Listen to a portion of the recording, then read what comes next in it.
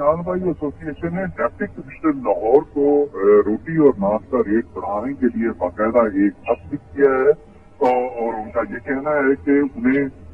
روٹی کا جو ریٹ ہے وہ 25 روپے اور نان کا جو ریٹ ہے وہ 35 روپے مقرر کرنے کی اجازت دی جائے۔ اس وقت لاہور میں روٹی کا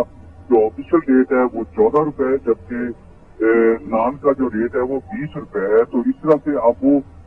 نان کا ریٹ 35 روپے اور سادہ روٹی کا جو ریٹ ہے وہ 25 روپے مقرر کرنا چاہتے ہیں۔ اس حوالے سے انہوں نے ایک مراسلے کے ذریعے ڈپٹی کمشنر لاہور سے باقاعدہ جو ہے وہ اجازت مانگ لی ہے۔ ان کا یہ کہنا ہے کہ اس وقت 15 کلو والا آٹے کا جو تھیلا ہے وہ 19 روپے کا ہو چکا ہے، جبکہ فائن آٹے کی 80 کلو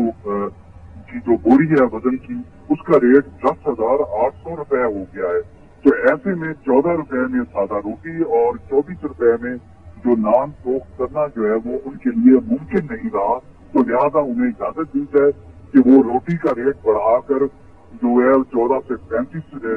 25 روپے اور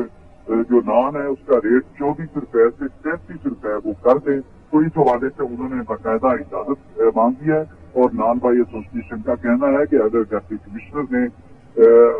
ان کے اس حوالے سے ان کے ساتھ کوئی میٹنگ نہ رکھی یا کوئی فیصلہ نہ کیا تو اس کے بعد وہ پھر اپنا آئندہ کا جو لایا عمل ہے وہ دیں۔